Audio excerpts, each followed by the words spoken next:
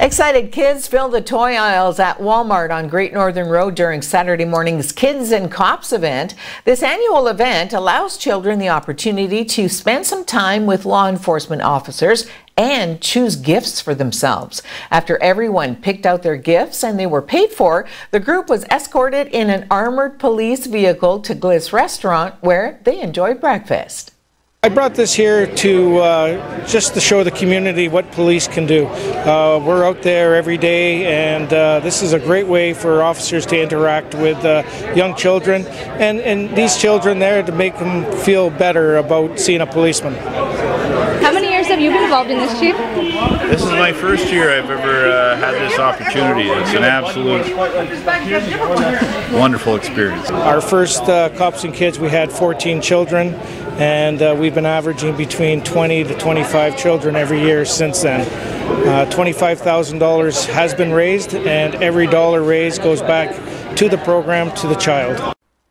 You've heard of Stuff a Cruiser, but have you ever stuffed a limo? That's just what one local company did this year. KC Security President Daniel Laprade said he reached out to O'Sullivan about a month or two ago to talk about working together on events like this one. As Laprade himself used to be in the funeral industry before he got into security, so he thought this partnership would be a good fit. He said he feels good about being able to help people in the community who may be less fortunate over the holidays.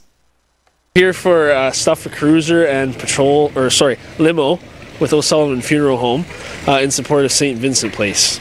St. Vincent is one that I feel sometimes is left out of the mainstream, places that get donations. So I actually was doing something else for them, sponsoring a prize or a gift rather for Christmas, and then I came up with this idea. Let's do this and try and help them out. So I think it's a good fit. That's very important because not everybody, especially this time of year, not everybody has food or toiletries or even a place to go, right? So if we all kind of chip in and give something, then we can make sure that everybody has something, right? At least for the holidays, or they got their basic needs covered. So I think it's very important.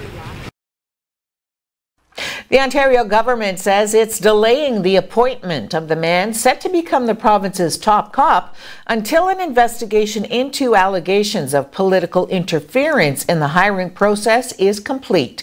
Community Safety Minister Sylvia Jones says the government will respect Ron Taverner's request for a delay in his appointment, which was supposed to take place today. The choice of Taverner, a longtime family friend of Premier Doug Ford, drew ire from within the OPP and from Ford's political opponents, who noted that the qualifications required for the position had been lowered, allowing the Premier's longtime ally to qualify. The Ontario NDP says it still has concerns about the hiring. We are still very concerned. I think this step allows us to have some integrity and trust maintained within the Ontario Police Service. However, we are still very concerned.